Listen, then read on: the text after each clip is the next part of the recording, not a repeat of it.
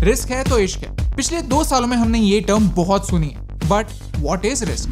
Investor सबको बनना है, 25 दिन में पैसा डबल करना, लेकिन जो रिस्क इस शब्द का मतलब नहीं समझ पाता वो प्रॉफिट का पी भी नहीं देख पाता। चलिए आज के इस वीडियो में आपको एक स्मार्ट इन्वेस्टर बनाते हैं, 5 अलग टाइप के रिस्क के बारे में जानते हैं और एंड में एक सोल्यूशन भी डिस्कस करते हैं जिसकी मदद से आप आपके रिस्क को कम और प्रॉफिट को ज्यादा कर सकते हैं। ये सोल्यूशन इस किताब में कैद है जो मेरी फाइनेंस के बारे में फेवरेट किताब है। तो प्लीज इस वीडियो को एंड तक देखिए और अपने इन्वेस्टमेंट नॉलेज को टेस्ट कीजिए और हमें बताइए कि आपको इनमें से कौन से रिस्क के बारे में पता था। फाइनेंस की कॉम्प्लिकेटेड टर्म्स को एक आसान भाषा में आपके सामने लाना हमारा मिशन है। हमें सपोर्ट करने के लिए हमारे YouTube चैनल को सब्सक्राइब कीजिए और इस बेल आइकॉन को प्रेस कीजिए। इन्वेस्टमेंट की दुनिया में रिस्क का सिंपलेस्ट डेफिनेशन ये है, आपके एक्चुअल रिटर्न्स के आपके एक्सपेक्टेड रिटर्न से कम होने के चांसेस क्या हैं। अलग अलग टाइप ऑफ इन्वेस्टमेंट में अलग अलग टाइप की रिस्क होती है। चलिए एग्जांपल्स और स्टोरीज के थ्रू समझते हैं। Number 1, liquidity risk. सपोज आप एक पेंटिंग खरीदते हैं, आपको पता है कि आर्टिस्ट बड़ा ही पॉपुलर है और इस पेंटिंग की वैल्यू फ्यूचर में बढ़ेगी और फिर आप उसे बेचकर अच्छे खासे पैसे रिकवर कर लेंगे। पैसा ही पैसा होगा। 1 साल बाद आपको पैसों की जरूरत है और आप ये पेंटिंग बेचकर पैसे रिकवर करने की सोचते हैं, लेकिन आपको छोड़कर कोई भी दूसरा उस पेंटिंग को पसंद ही नहीं करता। आपने 1 लाख में खरीदी पेंटिंग को 50,000 में तो क्या 25,000 रुपए में भी खरीदने के लिए कोई नहीं आता। सी, पेंटिंग की वैल्यू तो है, लेकिन आज के आज आपको वो वैल्यू देने के लिए कोई बायर मिले इसकी गारंटी नहीं। लिक्विडिटी एक एसेट को कैश में कितने जल्द से जल्द और कितने इजीली कन्वर्ट कर सकते हैं इसका मेजर होता है। अनदर एग्जांपल, ये घर।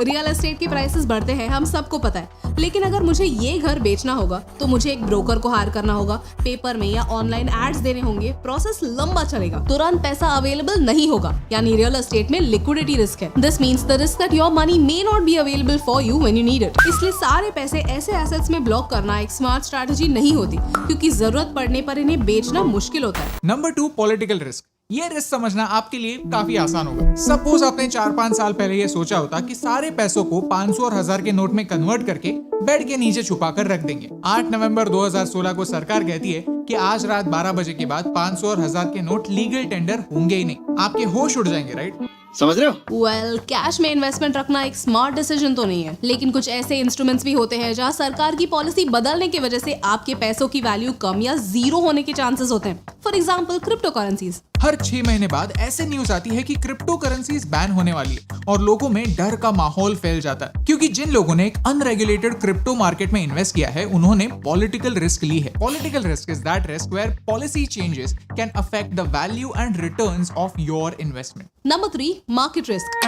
आपने ऐसे फॉरवर्ड्स तो पढ़े होंगे कि अगर आपने 10 साल पहले बाइक लेने के बजाय बाइक वाली कंपनी में इन्वेस्ट किया होता तो आप वैसे 10 बाइक्स ले पाते। फिर आप आपके सारे पैसे लेकर उस कंपनी के स्टॉक में डाल देते हैं और अगले ही दिन उस कंपनी का प्राइस 2% से गिर जाता है, फिर उसके बाद 1% से। ऐसे करते करते 1 साल में उस कंपनी की कीमत 25% कम हो जाती है। No, God, please, no! फिर आप ठान लेते हैं कि नहीं यार, स्टॉक मार्केट बहुत रिस्की है। ऐसा कोई ना कोई आपके लाइफ में जरूर होगा जिसने सिर्फ पास्ट परफॉर्मेंस देखकर इन्वेस्टमेंट की और फिर अपने पैसे खो दिए। उसने सोचा कि पैसा इन्वेस्ट करते हैं, थोड़ा सा बढ़ने पर प्रॉफिट बुक कर एग्जिट ले लेते। रियलिटी कुछ और ही निकली, क्योंकि मार्केट में फ्लक्चुएशंस होते हैं। मार्केट में आपका एंट्री पॉइंट और एग्जिट पॉइंट मैटर करता है। इसीलिए जिस स्टॉक ने मुझे 10x रिटर्न्स दिए हैं वो मैं आपको आज इस मोमेंट रेकमेंड नहीं कर पाऊंगा, क्योंकि मार्केट की सिचुएशन बदल चुकी है। This is market risk, the risk that value of your investment will change because of demand and supply, because of market dynamics, because of change in prices.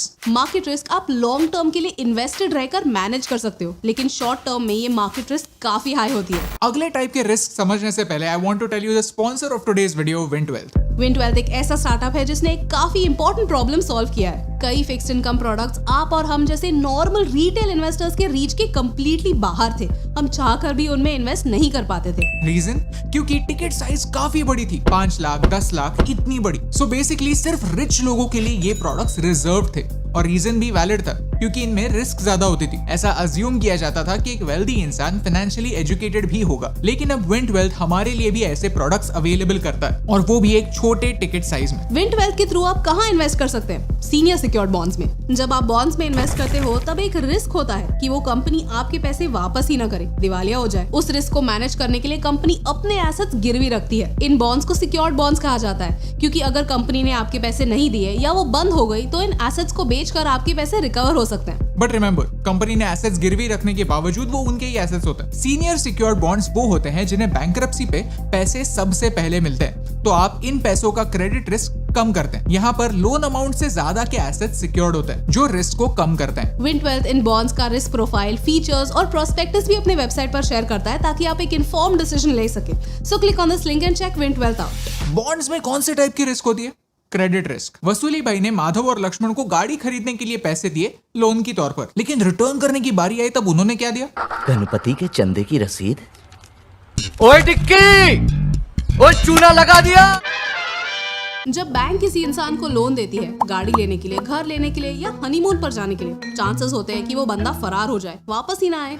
घर या गाड़ी के मामले में बैंक उस घर या गाड़ी को बेचकर अपने पैसे रिकवर कर सकती है। इसे सिक्योर्ड लोन कहते हैं क्योंकि बैंक के पास एक सिक्योरिटी होती है। शादी, फॉरेन ट्रैवल, ऐसी चीजों में कोई भी सिक्योरिटी नहीं होती, तो इन्हें अनसिक्योर्ड लोन्स कहते हैं। इन दोनों केसेस में जो रिस्क होती है उसे क्रेडिट रिस्क कहते हैं। आपके केस में भी जब आप किसी को पैसे उधार या लोन के तौर पर देते हैं, बॉन्ड्स या एफडीज में इन्वेस्ट करते हैं, तब आप भी क्रेडिट रिस्क लेते हैं। यहाँ ये बात समझना इंपॉर्टेंट होता है कि क्या आप एक सिक्योर्ड लोन दे रहे हो या अनसिक्योर्ड। अनसिक्योर्ड लोन्स में रिस्क ज्यादा होता है क्योंकि आपके पास कोई गारंटी नहीं होती, कोई सिक्योरिटी नहीं होती। कुछ सालों पहले पीएमसी बैंक डूब गई, जहां लोगों के पैसे अटक गए। ऐसे केसेस में सरकार आपको 5 लाख रुपयों तक पैसे वापस देने की गारंटी लेती है, क्योंकि आपका 5 लाख तक का डिपॉजिट इंश्योरेंस होता है। उसके ऊपर का पैसा खत्म, टाटा, गुड बाय, गया। बैंक के सारे एसेट्स बेचने के बाद जो रिकवरी होगी उसमें से जो पैसा आएगा उसमें से आपको थोड़ा और पैसा मिलेगा, लेकिन कितना पैसा मिलेगा इसकी गारंटी नहीं। That's credit risk or default risk. The risk that the money you invest may not come back to you.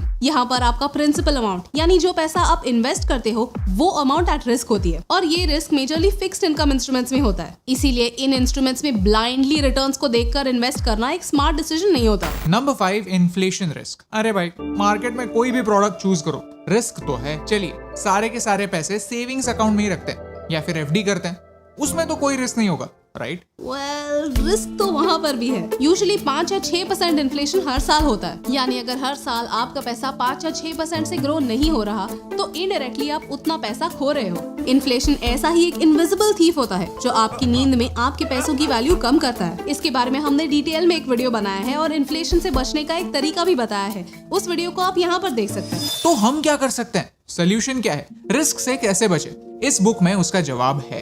Rich dad poor dad मेरी फेवरेट बुक है। इसमें एक लाइन है जिसने इन्वेस्टमेंट की ओर देखने का मेरा नजरिया बदल दिया। Investments are not risky, investors are risky. एक गाड़ी चलाने में रिस्क तो होती है क्योंकि रास्ते पर ऐसी कई सारी चीजें होती है जिन पर हमारा कंट्रोल नहीं होता, लेकिन स्टीयरिंग व्हील पर हाथ रखे बगैर गाड़ी चलाना और भी रिस्की होता है। आंखों पर पट्टी बांधकर गाड़ी चलाना और भी ज्यादा रिस्की। हर टाइप के इन्वेस्टमेंट में रिस्क है। इन्वेस्ट ना करने में भी रिस्क है। आपके कंट्रोल में क्या है? अच्छा ड्राइवर बनना आपके कंट्रोल में है। आप आंखों पर पट्टी लगाकर नहीं, खुली आंखों से इन्वेस्ट कर सकते हैं। कोई भी इन्वेस्टमेंट करने से पहले ये 2 सवाल खुद को जरूर पूछिए। नंबर 1, क्या मैं खुद की फाइनेंशियल पोजीशन समझ सकता हूँ? आने वाले खर्चे, लोन्स, बड़े डिसीजंस प्रिडिक्ट कर सकता हूँ? और दूसरा, क्या मैं जहां इन्वेस्ट कर रहा हूं उसके बारे में मैं समझता हूं? उस इंस्ट्रूमेंट में कौन सी रिस्क है ये जानता हूं? रिटर्न्स का लालच देखकर इन्वेस्टमेंट मत कीजिए। एज एन एक्सरसाइज कोई भी इन्वेस्टमेंट करने से पहले पेन और पेपर लीजिए और लिस्ट डाउन कीजिए कि इस इन्वेस्टमेंट में कौन सी रिस्क है। अगर आप एक इन्वेस्टर बनना चाहते हैं और अपने पैसों से पैसे कमाना चाहते हैं तो इट्स इम्पोर्टेंट कि आप अलग अलग इन्वेस्टमेंट्स में क्या रिस्क है ये समझे और फिर ही डिसीजंस लें। अगर आपको इस वीडियो से वैल्यू मिली तो इसे अपने दोस्तों के साथ शेयर कीजिए। हो सकता है इस वीडियो की वजह से उन्हें एक इन्फॉर्म्ड डिसीजन लेने में हेल्प, क्योंकि आपके इन्वेस्टमेंट की गाड़ी सही ट्रैक पर लाने से मुझे फर्क पड़ता है।